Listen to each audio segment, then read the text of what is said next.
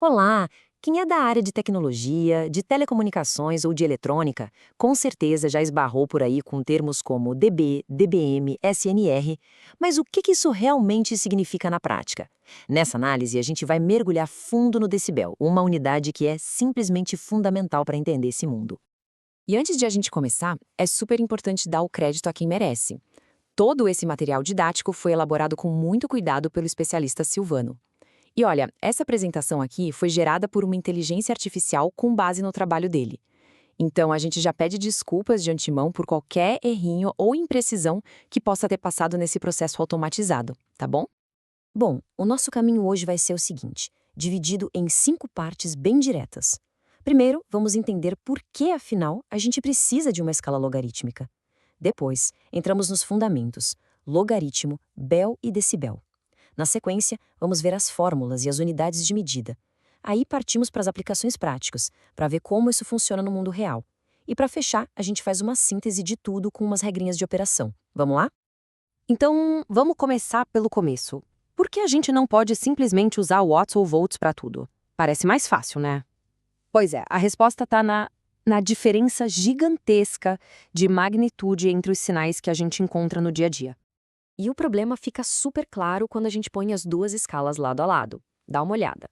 Na escala linear, ali na esquerda, temos um sinal forte de 1000 watts. O ruído, que é de, nossa, 0,000001 watt, ele simplesmente some. É tão pequeno que desaparece no gráfico. Agora, olha que interessante. Na escala logarítmica, à direita, tanto o sinal forte quanto o sinal fraquinho estão lá, perfeitamente visíveis. É essa capacidade de comprimir uma faixa enorme de valores que torna o decibel tão poderoso. Beleza, agora que já entendemos o porquê da coisa, vamos para o quê. Vamos desmontar os bloquinhos, sabe? Os conceitos matemáticos que constroem o decibel. E tudo começa com ele, o logaritmo. Essencialmente, o logaritmo é o contrário da exponenciação. A pergunta que a gente tem que fazer é sempre esta: a qual potência eu preciso elevar a base 10 para chegar no número y? Simples assim. Olha os exemplos aí. O log de 1000 é 3. Por quê? Porque 10 elevado a 3 dá 1000. É isso, não tem mistério. Aí vem um pouco da história. O nome, claro, é uma homenagem ao grande Alexander Graham Bell. A unidade original que criaram foi o Bell. Só que na prática ela era muito grande, sabe? Pouco prática. Qual foi a solução? Adotar o decibel, que é simplesmente um décimo de um Bell.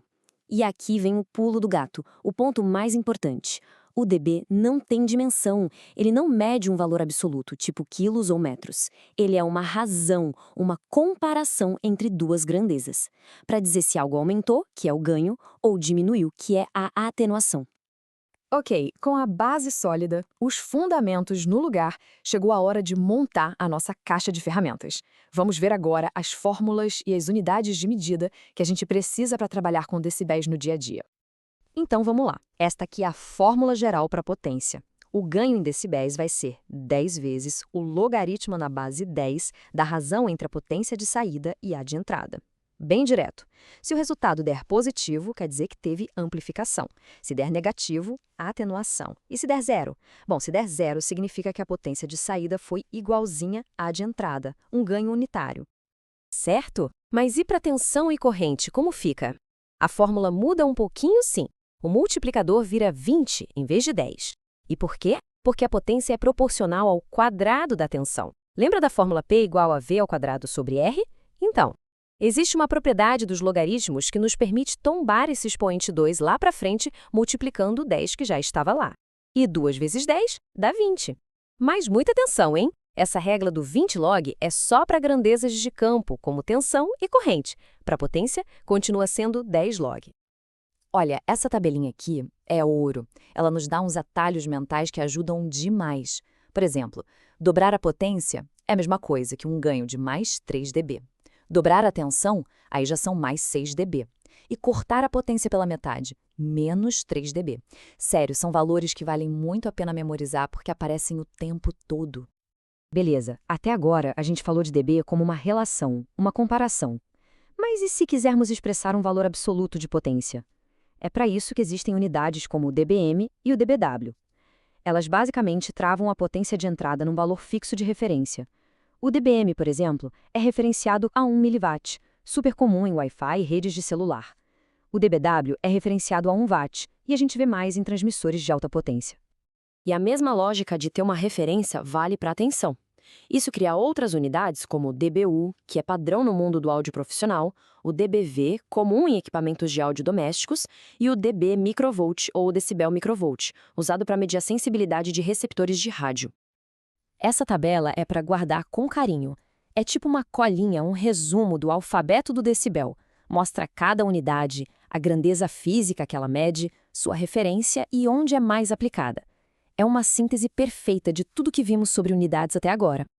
Ok, com a teoria toda na cabeça, vamos para a parte mais legal, ver como os decibéis fazem mágica no mundo real, simplificando uns cálculos que seriam bem complicados. É aqui que a gente vê a verdadeira genialidade do decibel.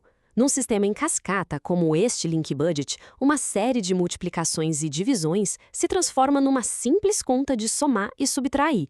A gente soma os ganhos, subtrai as perdas e pronto! O resultado final de mais 38 dBs nos diz que o sistema tem um ganho linear de aproximadamente 1.800 vezes. Fala sério, é muito mais fácil. Outra aplicação poderosa é na análise de espectro. O analisador nos mostra o sinal principal a menos 10 dBm e o noise floor, que é o nível de ruído de fundo do sistema, lá embaixo em menos 100 dBm. A diferença entre eles nos dá a relação sinal-ruído, a SNR, neste caso 90 dBs. É uma medida super clara da qualidade do sinal. E para finalizar, vamos consolidar nosso conhecimento com uma síntese das regras de operação mais importantes para não cometer erros. Então, atenção para estas regras de ouro. Primeira, podemos somar um valor absoluto, como dBm, com um relativo, como dB.